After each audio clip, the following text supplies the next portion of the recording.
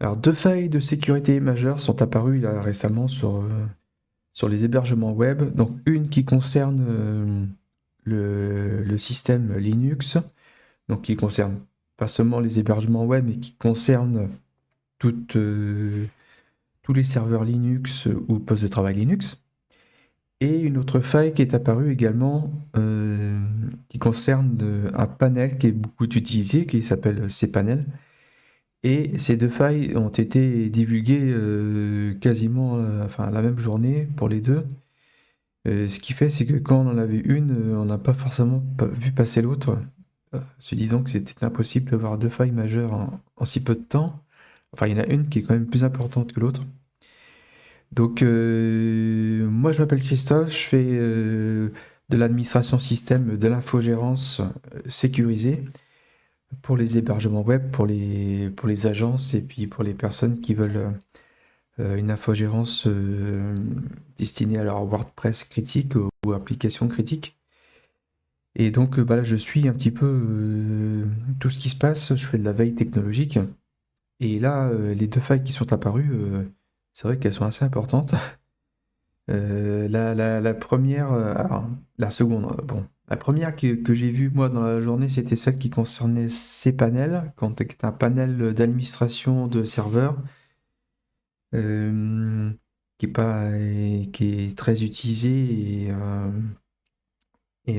donc par beaucoup d'hébergeurs, en fait, hein. Et donc, alors, je sais pas si j'ai le, si on va, je vais montrer la page web, une page web que j'ai trouvée intéressante sur ce problème-là. Donc c'est pas ça. Copy fail.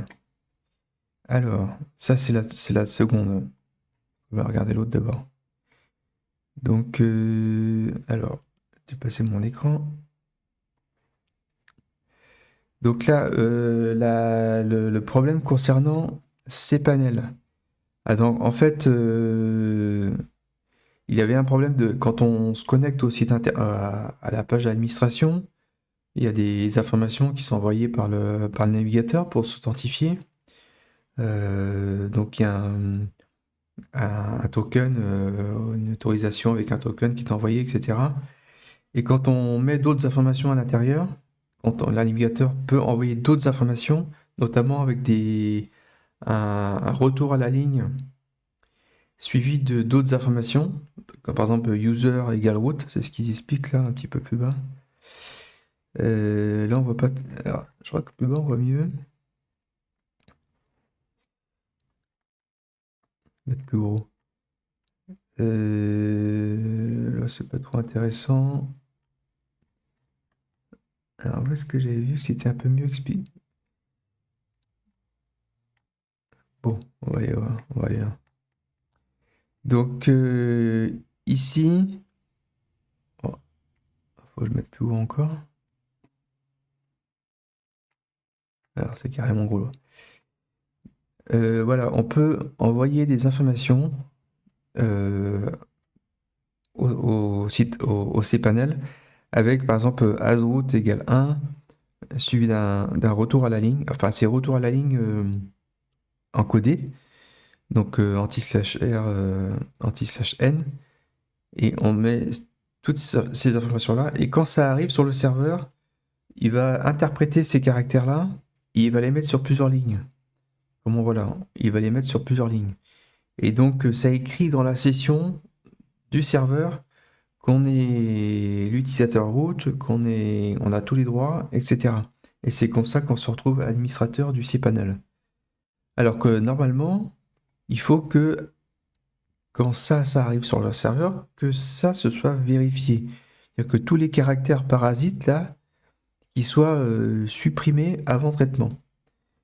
Donc là, ils ont patché, ils ont rajouté le traitement de ça, mais en fait, on se rend compte qu'une faille de sécurité majeure, ça tient à pas grand-chose. Et donc voilà, donc moi j'utilise pas ces panels et j'évite d'utiliser tout panel de manière inutile. Euh, Je base beaucoup mon administration sur Puppet pour générer tout ce qui est configuration. Et si un panel est utilisé dans le cas d'agence, c'est plutôt WebMin, VirtualMin qui s'intègre très bien à la distribution Debian, par exemple. Et donc moi, ça permet de mixer de ma manière de faire avec Puppet, tout en ayant un panel qui est écrit en langage Perl ou qui est écrit depuis très longtemps et qui est très bien sécurisé. Donc on évite d'ouvrir le panel autant que possible à tout le monde. Il vaut mieux filtrer les adresses IP pour un maximum de sécurité. Et sinon, je sais que beaucoup utilisent Plesk. Donc Plesk, c'est pareil, c'est un panel public très connu. Donc il est potentiel. Il faut savoir que comme c'est panel, il sera potentiellement vulnérable à un moment donné ou à un autre. Donc il faut faire très attention aussi si on utilise Plesk. Donc là, ça a été patché par beaucoup d'hébergeurs, mais malheureusement, il y a énormément de serveurs qui ont ces panels qui n'auront jamais le patch et donc qui en ce moment sont en train de se faire pirater. Il y a des robots qui passent partout, voilà, qui demandent des rançons, en fait, qui cryptent, parce que j'ai compris, ils chiffrent les données et ensuite ils envoient un email aux administrateurs, aux vrais administrateurs pour le coup. Faut leur demander une rançon en échange du déchiffrement, mais en fait, ils auront jamais le déchiffrement, de toute façon. Donc, et l'autre faille qui est apparue en même temps, du coup, c'est comme un train peut en cacher un autre, mais là, du coup, voilà. Donc là, c'est pire, puisqu'il n'y a même pas besoin de ces panels, il suffit d'avoir un accès SSH à l'hébergement avec dans l'environnement SSH ou l'environnement web, hein, pas besoin de SSH, l'environnement PHP, etc. Si quelque part il y a un binaire avec un bit SUID, normalement c'est des binaires spéciaux, quand on les exécute, ils s'exécutent en tant que route de manière normale, sauf que ils font juste une action précise. Donc c'est voilà, ils restent dangereux, mais quand ils font ce qu'ils doivent faire, normalement il n'y a pas de souci. Et donc il faut qu'il y ait un binaire comme ça, et la faille profite en même temps d'un module Linux qui est une faille depuis très longtemps. Et pour l'exploiter, donc il y a deux commandes à faire. Alors, c'est malheureux, mais faut jamais faire ce qu'ils font là. Moi, je vois beaucoup d'installeurs où pour installer un logiciel, il faut faire CURL. Il faut lancer cette commande. Alors, je peux pas copier-coller ici. Ah ouais. CURL, CURL espace une URL et on exécute directement. Alors, des fois, c'est souvent bash. Ah, il faut jamais faire ça en fait. Il faut d'abord télécharger ce qu'il y a dedans, le logiciel, le regarder ce qu'il y a dedans et l'exécuter ensuite. Et si c'est un binaire, vous l'exécutez jamais du tout. Vous ne posez pas la question, pas accès au code source, pas d'exécution. C'est aussi simple que ça.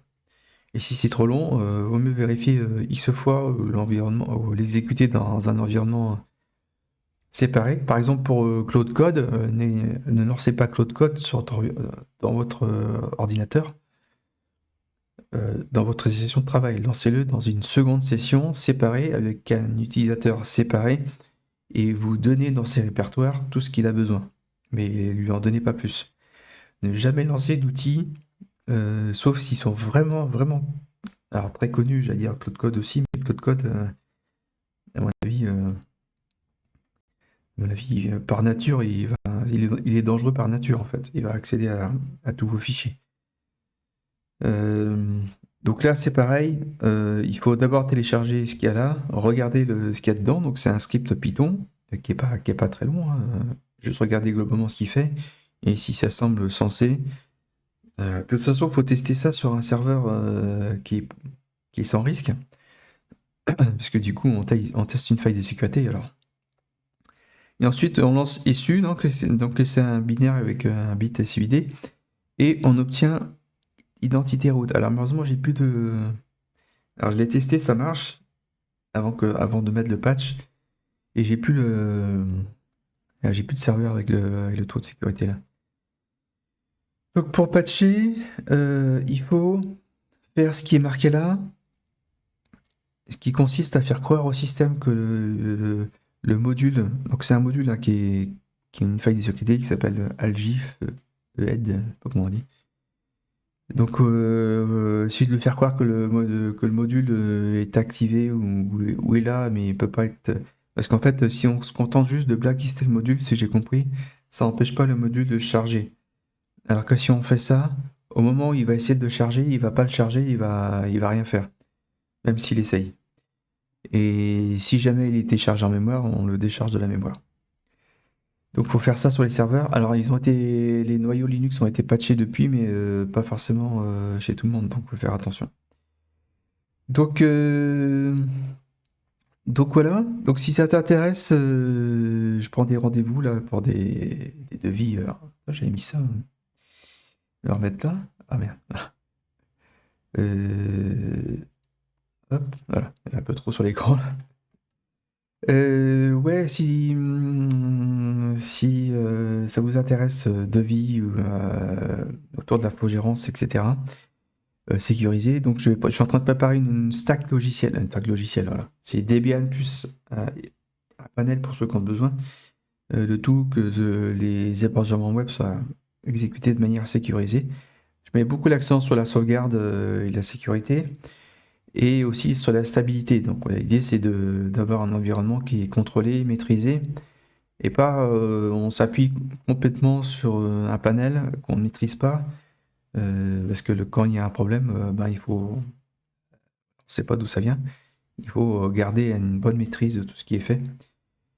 Et quand je ne sais pas, j'interroge aussi l'intelligence artificielle pour m'aider et ça aide à optimiser les recherches. Alors ça raconte beaucoup de conneries, hein. Même aujourd'hui, c'est vraiment, parfois c'est très juste, mais parfois c'est complètement à côté, donc faut faire attention. Donc voilà, donc, je vous retrouve pour une prochaine vidéo. À bientôt.